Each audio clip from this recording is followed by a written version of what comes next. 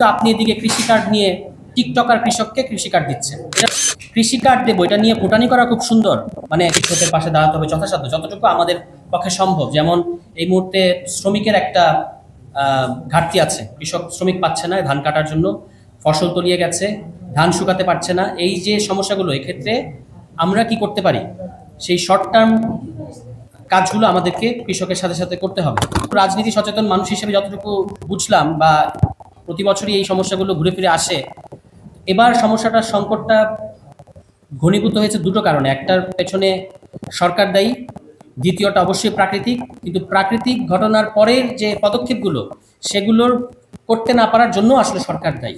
সেটা কি, আমি একটু এই সামান্য কতটুকু বলেই আমি শেষ করব। এক নম্বর হচ্ছে, আপনারা দেখবেন যে বিএনপি সরকারের নির্বাচনী প্রতিশ্রুতির মধ্যে তারা বলেছেন যে কৃষকের ন্যায্য মূল্য দেবেন, ফসলের ন্যায্য মূল্য তারা নিশ্চিত করবেন। কিন্তু যদি ন্যায্য কিন্তু তারা আসলে আগের বছরের রেটে এবারও ধান কেনার, তার সরকার যে ধান কেনে, সেই ধান কেনার রেটটা আগের বছরের সাথে মিলিয়ে করেছে মনে 1440 টাকা বা 1450 টাকার মতো। যদিও বাস্তবে কৃষকরা পাচ্ছে আসলে 500-600 টাকা পাচ্ছিল, এখন এই ধান ডুবে যাওয়ার কারণে 300-400 টাকার বেশি মনে পাচ্ছে না। অর্থাৎ ন্যায্য মূল্য হতো যদি আপনি, এই যে এবার ডিজেলের দাম বাড়লো, সেচের দাম বাড়ছে, শ্রমিক এখন সারাদিনে শ্রমিককে 1000-1200 থেকে 1500 টাকা দিতে হচ্ছে। ডিজেলের দাম বেড়েছে, সারের দাম বেড়েছে, সেচের দাম বেড়েছে, আপনার শ্রমিকের মূল্য বেড়েছে। কিন্তু আপনি ন্যায্য মূল্যের নামে আগের মূল্যটা দেওয়ার কারণে কৃষক কিন্তু উৎপাদন খরচটাই উঠাতে পারছে না। অন টপ অফ দ্যাট, এই এখনকার অতিবৃষ্টির কারণে সরকার যে দাম ঠিক করেছে তার চেয়েও কম দামে, অনেক কম দামে আসলে বিক্রি হচ্ছে। মানে 300-400 টাকা, মানে কৃষক কোনো মতে ধানটা বিক্রি করে দিতে পারলেই একরকম রক্ষা পাচ্ছে, এরকম একটা জায়গায় চলে গেছে। ফলে তারা নিজেদের উৎপাদন খরচ উঠেছে কিনা এটা নিয়ে আর চিন্তা করার তাদের সময়ই নাই। তারা কোনো রকম এটা বিক্রি করে দিতে পারলেই বেঁচে যাচ্ছে, কারণ না হলে তাদের আরও ভয়ঙ্কর সমস্যার মধ্যে পড়বে। ফলে এই যে ন্যায্য মূল্য নিশ্চিত করবো, এই কথাটা বলাটা খুব সুন্দর। কৃষি কার্ড দেবো, এটা নিয়ে ফুটানি করা খুব সুন্দর, মানে খুব চটকদার মনে হয়। কিন্তু কৃষক যখন জেনুইন সমস্যায় পড়েছে, তখন কিন্তু এই কৃষি কার্ড কোনো ধরনের সহযোগিতা বা কোনো ধরনের কাজে কৃষকের আসছে না। আপনি তলিয়ে যাচ্ছে ধান, তারা শুকাতে পারছে না, কৃষক ঋণে জর্জরিত হচ্ছে, কিন্তু আপনি এদিকে কৃষি কার্ড নিয়ে টিকটকার কৃষককে কৃষি কার্ড দিচ্ছেন। এটার কোনো মানে আছে? এর কোনো কাজে আসছে? কোনো হেল্প করতে পারছে কৃষককে? কোনো হেল্প করতে পারছে না। দ্বিতীয় যে সমস্যাটা হলো, এবার অতিবৃষ্টির কারণে এই সিজনে অতিবৃষ্টি হবে, এটা মোটামুটি বাংলাদেশে প্রতি বছরই হয়। কিন্তু সরকারের কোনো আগাম এই ক্ষেত্রে কোনো তারা ব্যবস্থা নেয় নাই যে এখান থেকে আমি কিভাবে কৃষককে উদ্ধার করবো বা রক্ষা করব। এবং এর পরবর্তীতে সরকার যেহেতু ধান কেনে, সরকার আসলে ধান কম কেনে, সরকার চাল কেনে বেশি। কিন্তু চাল কিনলে এটাতে কিন্তু কৃষকের কোনো লাভ হয় না। সরকার চাল কেনে ওই মিলারদের কাছ থেকে, ফরিয়াদের কাছ থেকে, এবং এই সমস্ত গোডাউন মিলারের যারা মালিক, তারা কারা হয় আমরা জানি, তারা সবই যখন যে সরকার থাকে তাদের লোকজন হয়। ফলে এই যে ধান ডুবে গেল, এই ধান ডুবে যাওয়ার কারণে এখন কৃষকের তো শ্রমিক নাই, কৃষকের হারভেস্টর নাই, ওই যে একটা মেশিন সেটা নাই, তারপর আবার ধান শুকানোর মেশিন, এগুলো কিছু নাই। এগুলো আছে সব যাদের টাকা পয়সা আছে, তাদের আছে। কিন্তু সরকারের উচিত ছিল যে হারভেস্টর, এখন এই যে ফসল কাটার সময় শ্রমিক পাওয়া যাচ্ছে না, তাহলে আমি হারভেস্টর দিব কৃষককে, ওই একটা মেশিনের মতো। তারপরে আপনার ধান শুকানোর জন্য মেশিন দেবো, এগুলো সরকারের উচিত ছিল। সরকারের এত এত খাদ্য কর্মকর্তা আছে, এত কৃষি কর্মকর্তা আছে, উপজেলা অফিসাররা আছেন, তারা কি করছেন?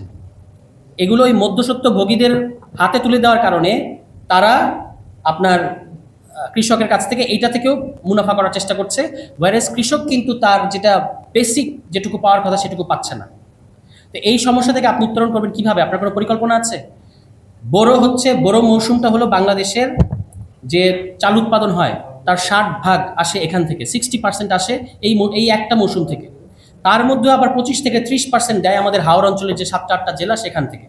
তাহলে এখানে যখন এবার ধান ডুবে গেল, তাহলে এটার একটা মারাত্মক প্রভাব পড়বে আমাদের এই সামনে। আপনারা দেখতে পাবেন, যেটা মাঝারের কথাও আসছে, যে একটা তো কৃষক তো আগামী সারা বছর কিভাবে চলবে, ঋণে জর্জরিত হবে তারা। কৃষকরা বলছেন যে আমরা ঋণে জর্জরিত হব, এটা হলো একদিক। দ্বিতীয়ত হচ্ছে যে এই যে চাল বাজার থেকে আমরা কিনে খাই, ফুটানি করি, এটাও তো আমরা করতে পারবো না, এবং চাল আমদানি বাড়বে। চাল তো এমনি আমরা আমদানি করি, আরও আমদানি বাড়বে, এবং দাম বাড়বে, মূল্যস্ফীতি বাড়বে। আর মূল্যস্ফীতি বাড়ার মানে হচ্ছে নতুন নতুন আরও গরিব তৈরি হবে। ফলে এই যে চালের এই সংকট, হাওড়ের এই সংকট, ডুবে গেছে আমাদের হাওড় অঞ্চল, এটা কিন্তু শুধু হাওড়ের সমস্যা না, আঞ্চলিক সমস্যা না, কৃষকের সমস্যা না, এটার একটা ধাক্কা এসে লাগবে আমাদের নিম্ন মধ্যবিত্ত পরিবারগুলোর উপরে, যারা এমনিতেই সরকারের ভুল নীতির কারণে, জ্বালানি তেলের দাম বাড়ানোর কারণে, মূল্যস্ফীতির একটা ঘানি ইতিমধ্যেই টানছে, এই এই চালের এই সংকটটা আবারও আরেকটা মূল্যস্ফীতি ডেকে আনবে, এবং আপনি দেখবেন যে যাকে বলে যে নিউ পুয়ার, আরও নতুন নতুন গরিব কিন্তু তৈরি হবে। মানে আপনার ওই উপরে ফিটফাট, বাইরে সদরঘাট একটা কথা, ভেতরে সদরঘাট একটা কথা আছে না, উপরে উপরে মনে হবে মধ্যবিত্ত, বাইরে বাইরে মনে হবে মধ্যবিত্ত, খুব ঠাটবাট, ফ্ল্যাটে থাকি, রেস্টুরেন্টে খাই, কিন্তু আসলে তারা নতুন নতুন মানে যেটা গরিবী, এই গরিবীর ইয়ের মধ্যে ঢুকে যাবে। তাহলে এই সমস্যা থেকে আমার মনে হয়, আমি যতটুকু বুঝি, 4টা কাজ করা দরকার। এর মধ্যে কিছু আছে স্বল্পমেয়াদী এবং কিছু আছে দীর্ঘমেয়াদী। 1 নম্বর কাজ, সরকারের উচিত এই কৃষি কার্ডের তামাশা বাদ দিয়ে ফসলের বীমা করা। আবহাওয়ার সাথে মিল রেখে সরকারের উচিত যে আমরা কৃষককে বীমা দেব, বীমার আওতায় আনবো। যারা ক্ষতিগ্রস্ত কৃষক তাদেরকে এই বীমার মাধ্যমে নগদ অর্থ কৃষকের কাছে যেতে হবে। এটা সরকারের 1 নম্বর কাজ হওয়া উচিত। দ্বিতীয় কাজ হচ্ছে সরকারের উচিত যে আপনারা যে মিলারদের কাছ থেকে, ওই যে গোডাউনের মালিকের কাছ থেকে চাল কেনেন, তারা কিন্তু অল্প দামে একেবারে একেবারে খুবই ঠকিয়ে কৃষককে ধানটা কিনে নেয় এবং তারপর সেটাকে শুকিয়ে বেশি দামে আপনাদের কাছে বিক্রি করে। কারণ আপনারা যে একটা কঠিন প্রক্রিয়া করে রেখেছেন, কৃষককে আপনার ওই একটা ব্যাংক অ্যাকাউন্ট খুলতে হবে, ধানটা শুকায় আনতে হবে, আর্দ্রতার একটা নির্দিষ্ট পরিমাপ থাকতে হবে, এই জটিল প্রক্রিয়া তো আমাদের কৃষক বোঝে না। সে সারা বছর ফসল ফলাবে, তারপর আবার আপনার এই সমস্ত প্রক্রিয়ার পেছনে ঘুরবে।